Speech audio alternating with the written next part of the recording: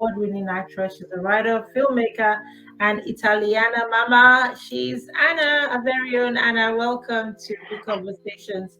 How are you? Thank you. I'm good, thank you. How are you? Yes, I think we've met before. It was online. We're still yet to meet in person, but this is Yes. wonderful. This is wonderful. Thank you so much for doing this. Well, thank you for having me. I'm really excited to be here. I love your magazine, and it's just wonderful to celebrate women and people, and I think it's fantastic. So thank you. Absolutely. Now, for those who do not know you, could you tell us a little bit about yourself? Yes, I am an actor. That's my passion is acting. I conferred my degree at the University of Alberta. I've also studied in Alberta, Vancouver, Hollywood. I've done commercials, short films, TV shows, and film. And I'm now starting to dive into writing more and creating films that I want to and stories that I want to tell. So that's a little bit about me. Oh, And I'm a mom and a wife and busy, but I think I find the time for all the things I love to do. So of course. So what are the sort of stories you're writing now? And take us into your world of Hollywood, your daily world. What is it like to create the stories you want to see? What sort of stories would you like to see? well, I think, really having the opportunity to sort of give women a voice and within different characters and complex stories. And my passion is drama and dramatic films. Although I did just shoot a Hallmark movie, which was really fun. It was light and really great to be on set and in an environment where you just want to make people happy. It's very different than the kind of stories I usually write. I just wrote a short story, Wait, it's called Wait, that is in the festival circuit. It's won some awards, and I'm looking at producing that one next. I'm also venturing into a first feature film, which is a daunting task at times because so much of your time is spent planning the stories and the characters and the development and really trying to create stories from the heart. That's my biggest thing is I really think everyone has a story and everyone's story is important. And that's what I'm trying to do. I'm finding the voice of different people I've met, experiences I've had, and how does that kind of transpire into the stories you want to share. So Hmm. I mean, it's really interesting, and I beg your pardon for this screen. I'm still working on why it looks so weird right now. Okay, I feel a bit more comfortable. What you have is a powerful tool. You mentioned your first feature film, and one of your films is in the Circuit Festival. You must feel incredibly proud. You're an Edmontonian. You're a mama. You're a wife. I mean, an award-winning actress. How do you go to bed with all this, weighing on you? Which pulls you more? well, I think as a mom, anyone who's a mom knows that kids usually pull most of your attention. Um, but I really believe that being that role model, that you can still pursue your dreams and that you're still an individual and you still have passions and things that drive you. And I really feel that that's my driving force, right? And there are things that I can do when I'm by myself after everyone's asleep, and I can pick up my computer and I can write and I can tell these stories and or prep auditions. We have a lot of things shooting here in Alberta, which is giving us more opportunity as actors too to audition and I just really believe in every opportunity to really put 100% of yourself into it. And that's just what I live by. And that's how I go about my day and go about everything I do and everything I create. And when I have the power of the writing part and the story I want to tell, then I kind of have that power to talk about the kind of women I want to I want to share the stories of that woman, or through the character I'm writing about, and her struggles. And so that kind of gives you that creative outlet for me. Like I like that. I've always been a writer, and so really I think finding the confidence to trust myself that I can write a story that hopefully people want to see. So yeah. I mean, no pressure, because no pressure at all, because it's something to think about what you want to write. It's something to actually get it done. And the next thing is, do people want to see it? And we're coming to that. Now, how did you get into this world? Is that something you've always wanted to be since you were 6 or 7 years old? I want to be an actress. No, it's kind of funny, and people who meet me later, and I'm very talkative and outgoing, and so people find it hard to believe that I used to actually be quite shy and quiet. And I was a dancer. I trained as a classical ballet dancer, and I've always loved performing. I did always love performing. I love being on stage, and I always felt like it doesn't matter if I'm the best dancer. I just do it again with all my heart. I really feel that was always my driving force. And I was musical. I played the piano. And then it wasn't until university I happened to take a improv class. Actually, my sister suggested, she's like, I think you'd be really, really good at that. Why don't you give it a shot? And I dedicated so much of my time with dance and performing that way that I took this class, and I had a phenomenal professor who was an actor as well, and a professor. And we had done a scene one day, I'll never forget, Michael Murdoch, and he pulled me aside and just, really made me emotional with some of the feedback I got. And he said, I really think this is something you should pursue. And I said, well, I do love being on stage. I do love being able to dive into the lives of different people and to create different characters. And from there, that's where my passion started. And then I did theater, and then I really realized I love the television film medium and some of the forgiveness it has. So.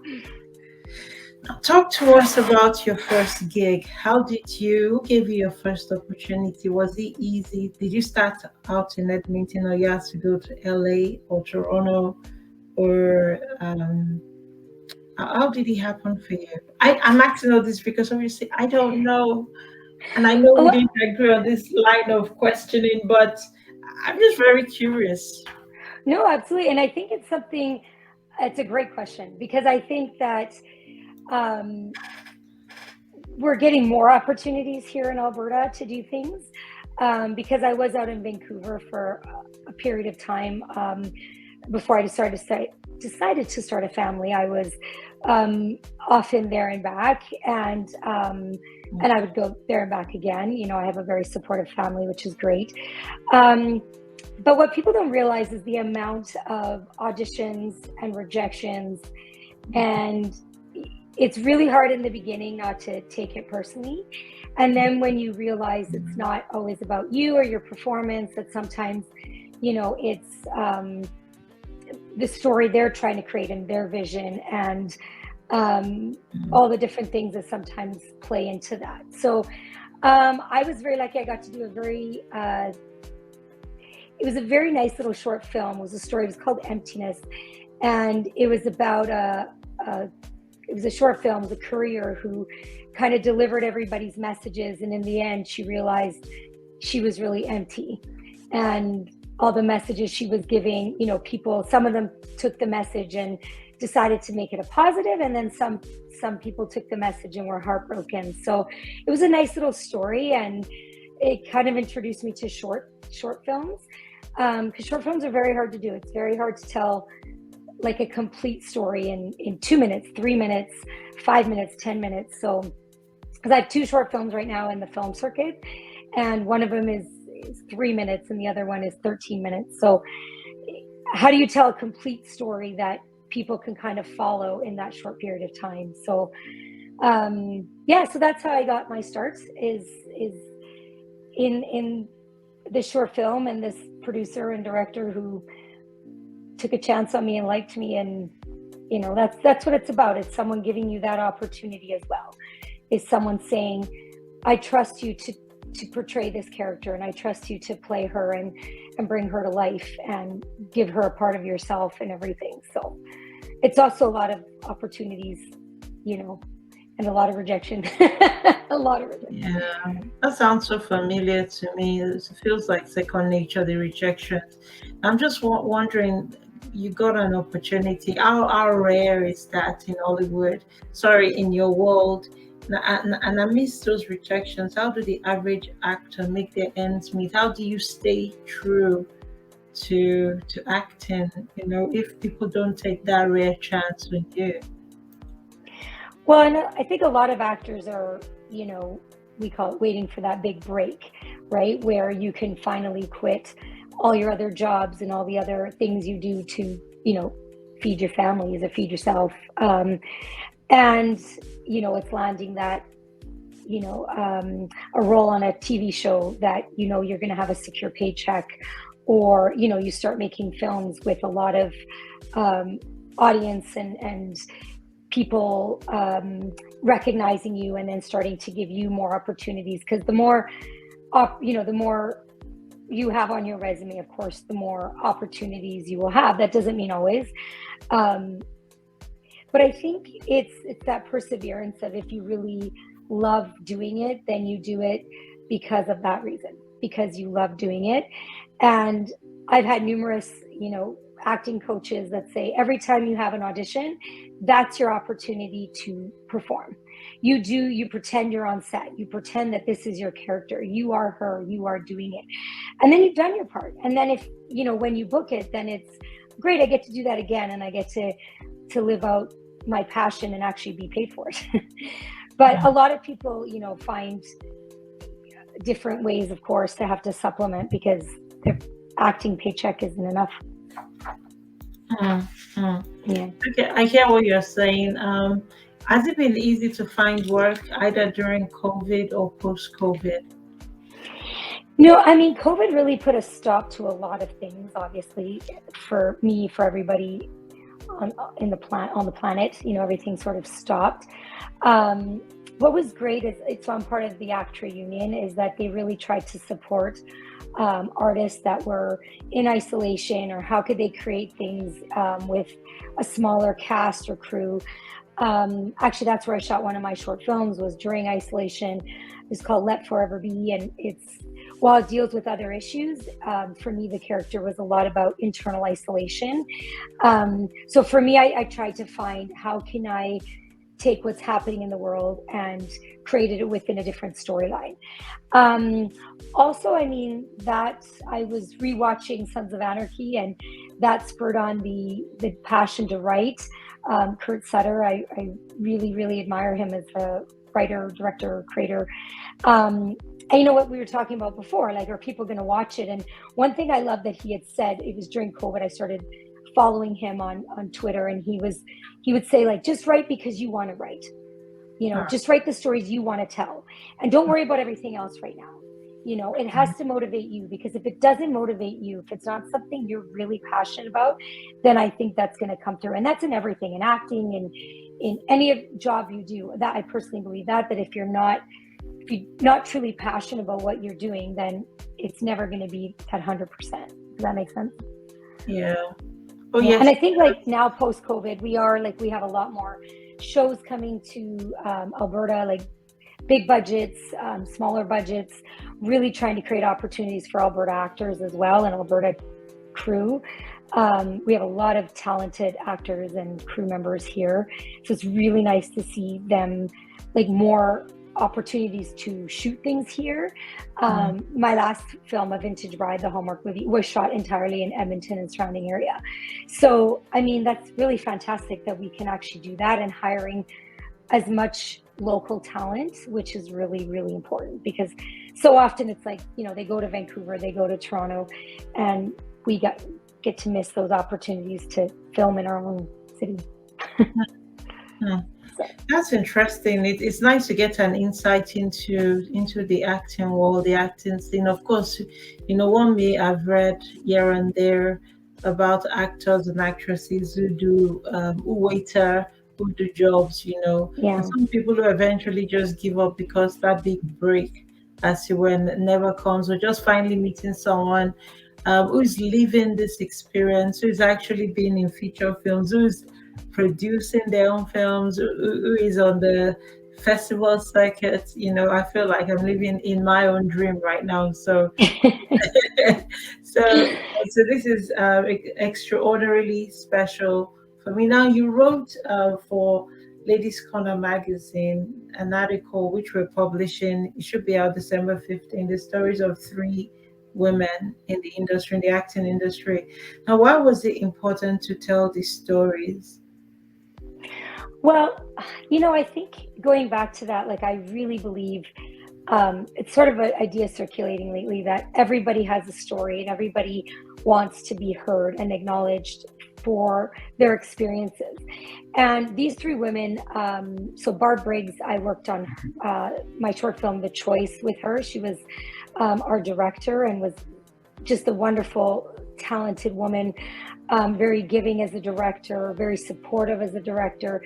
And I instantly loved her, and I've gotten to know her quite well. And so I really wanted to tell part of her story. So some of her struggles. And I think too, because a lot of people, just see the glitz and glamour, right? And they don't see all the hard work and years of, like, I've read before, overnight success. And what they don't realize is that actor or actress has probably been pursuing their career for 10 or 15 years before they get that opportunity. So really having that, giving those a few women that opportunity to tell their story.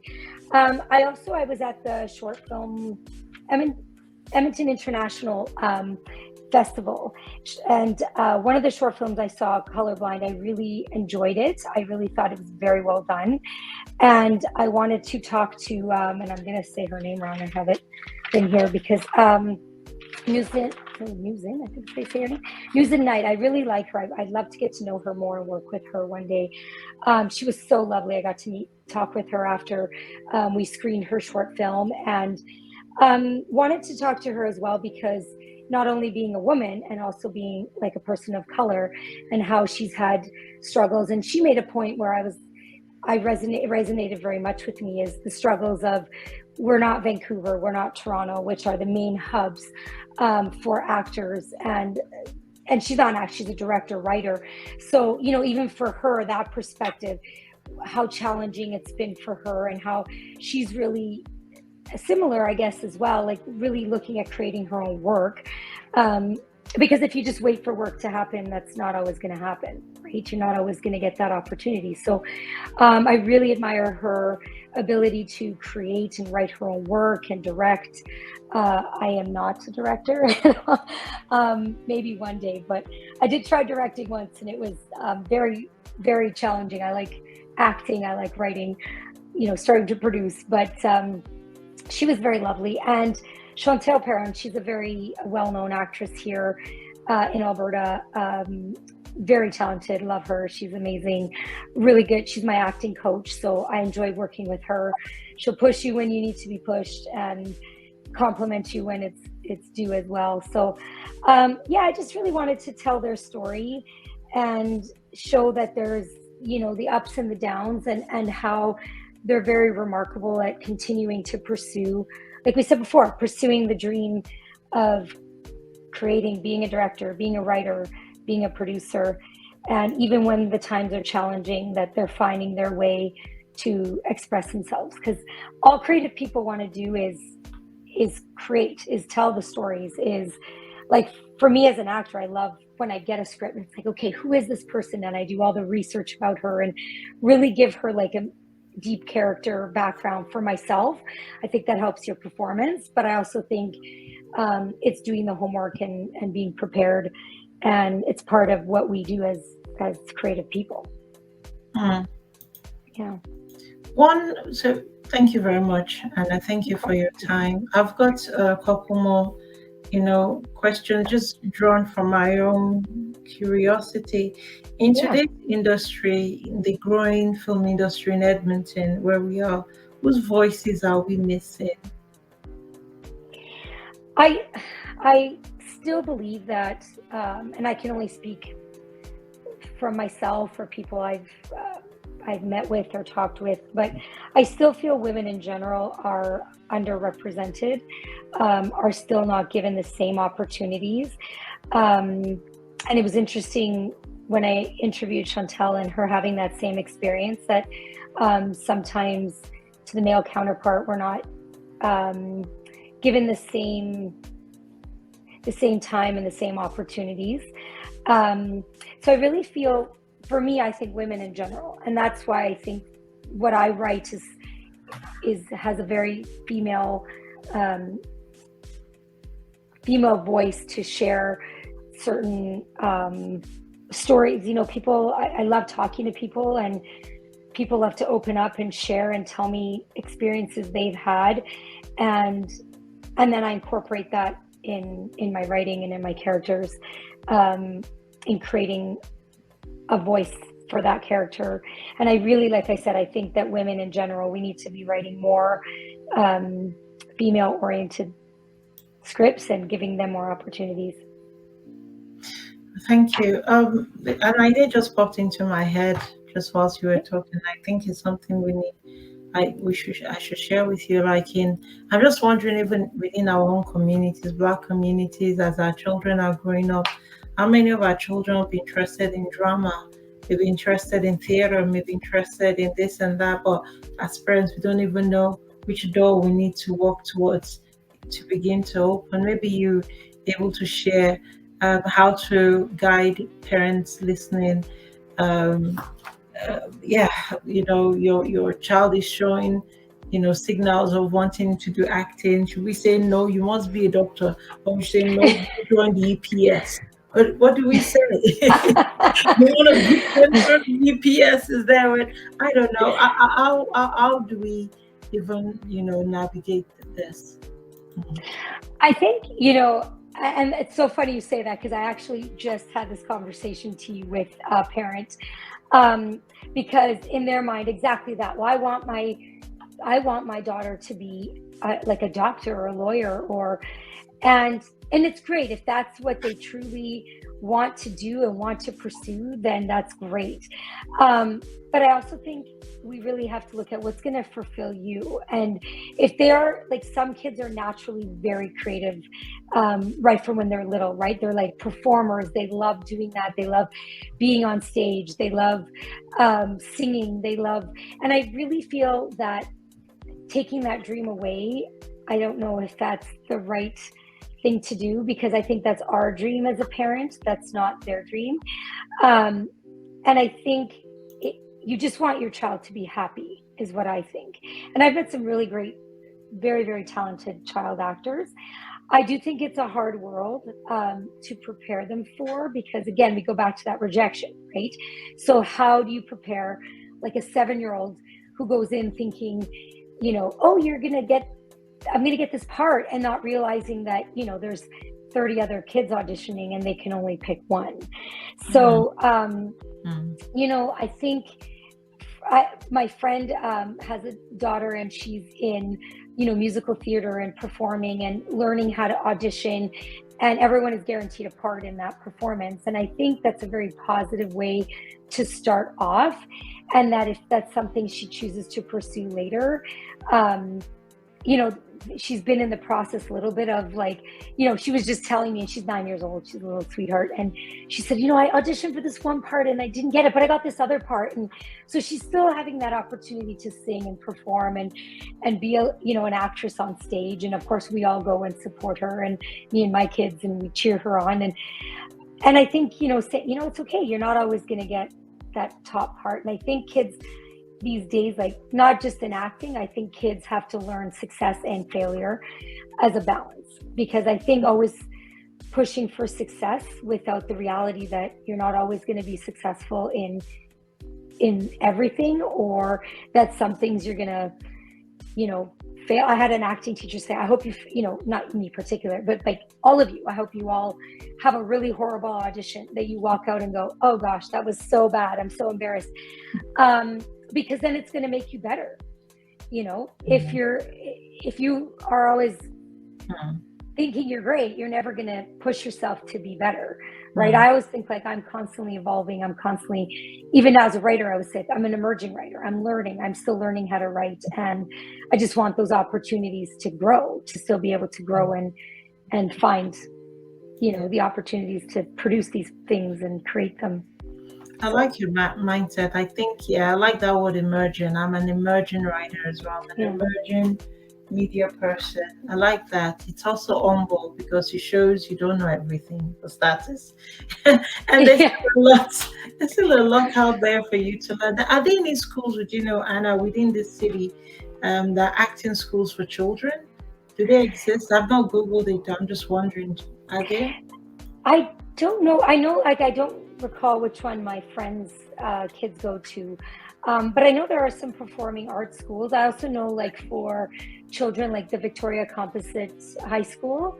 So Uh, for a little bit older kids, like I know some kids that have gone there for art and drama, and I think that's a great place for them to go because they can, pursue various arts. Because I think art is, you're an artist if you're a painter, you're an artist if you're an actor, you're an artist if you're a director or a writer. Like, it's all part of art and creating and telling a visual story, right, at the end of the day. So I know there are, I'm sorry, I don't know offhand okay, no, that's which fine. ones, At but I least, know there's some. mhm. I'm just Yeah. I'm just curious. And No, now yeah. behind you, after this I've got just one more question and then Sure. we'll let you go. Behind you is a world of paparazzi, red carpets. What's going on Yeah. really behind you?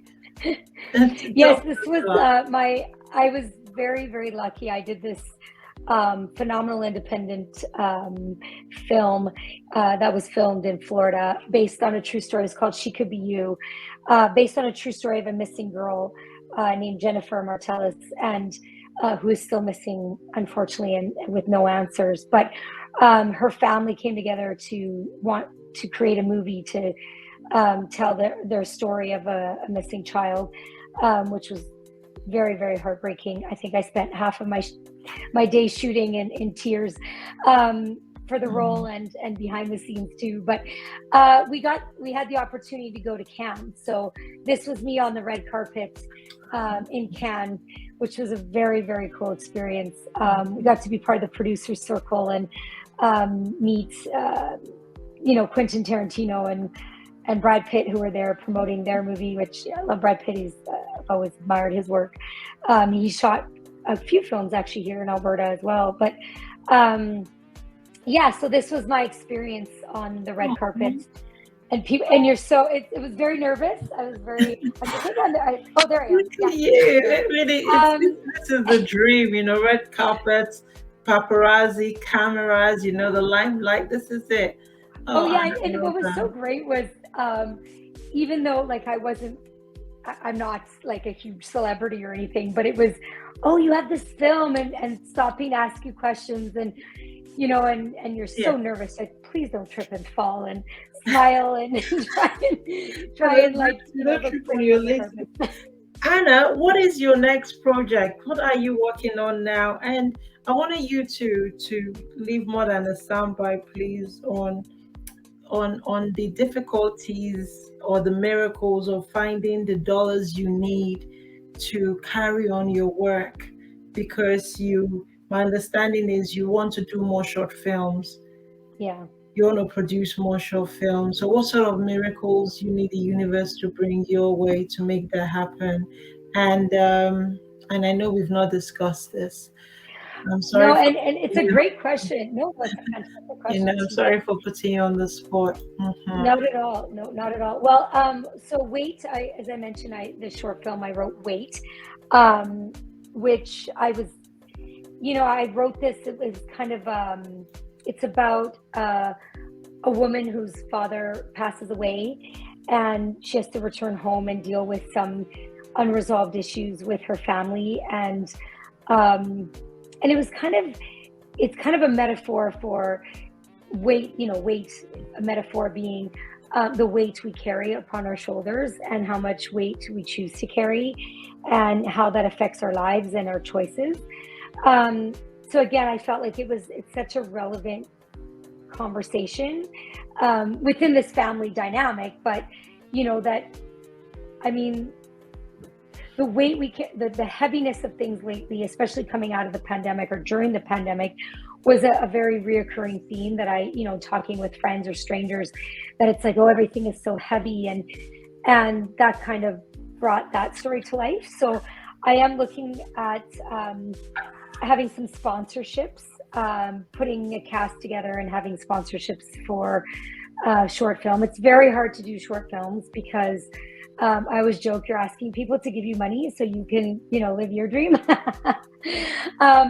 Because they don't generate income, right? Which is most investors, that's what they would like, right? Is a return on their investment. And that's what, for a feature, that'll be more of that. It will be more, you can sell it and you can have opportunities to make your money back if Netflix picked it up, or some sort of streaming service, or theater if you're lucky. I know some producers here that have done some independent feature films that have been picked up and are on TV or on Netflix or on Amazon or wherever. One of them that I was in, I know, has been picked up in the United States, called Abducted. And I got to play a police officer. That was really fun. And that one is streaming in the US. I don't believe it's streaming in Canada yet. But so yeah, you hope for a miracle. You can also look for grants, and you can apply for grants, because there are different foundations that are supportive of artists. So that's my next endeavor. Finding the money. T, it's always hard. It's always the money comes down to the money. Yeah. And you want to create a good, you could do, I've been in films that have had, very, very low budget. And the product is really great. My short film last year, I was a, co-producer, writer, and star. The Choice was not shot on a big budget, but really had amazing people. That was the one with Barb. Amazing people that came together to want to tell the story. And that's the biggest thing, is aligning yourself with people that believe in your story, believe in your vision, believe in you, and want to help you bring that to life. And that's what I'm finding too, is finding those people I want to work with and finding those connections to make that are going to help you to find the success in the story. So that's where I'm going. Anna Primiani, thank you so very much for sharing the miracle you need. We've reached out to the universe. We don't know, but we know when we are positive, when we are optimistic, the universe comes through for us. Yes, that's true. That's what we generally believe. Now, I want to say a big thank you for your time. This has been eye-opening for me individually, and I'm sure our listeners too. The world of acting is so Hollywoodish, but you brought it right to my doorstep. You brought it right to where I live in South Edmonton, to my world. So I'm grateful for your friendship and for your time tonight. So we're gonna let you go now, and we'll speak soon. And to our audience, we'll take a short break. When we come back, we have Giselle General doing Edmonton, an update with Edmonton City Council. Was there anything else you wanted to add, Anna, before you go? I want to leave everyone with, like we were talking about, T, and I think you're such a great inspiration too, because it's something you love doing, and having a magazine that celebrates women and celebrates. What I love about you too is you really bring different voices to the table, which is so great, and I really hope that people just follow that passion, follow that, your dream, and know that it's, this is great, this was fun, and it's great, but if you get to create something and just do it, like write that book or audition or go paint or whatever your passion is creatively, and anything else. But for me personally, as a creative artist, I really hope that people just continue to express themselves and tell their stories. And you never know which always be welcome and let people in. And for me, I'm always like, I'm happy to meet people, to network, to talk to people. And you never know, like you said, you never know where that collaboration might come and that inspiration to work together. Yeah. Yeah. Anna, thank you And thank so you. very much for your time. Thank you, T. Have a great night. Thank And you you. too. Okay, bye bye now. Bye.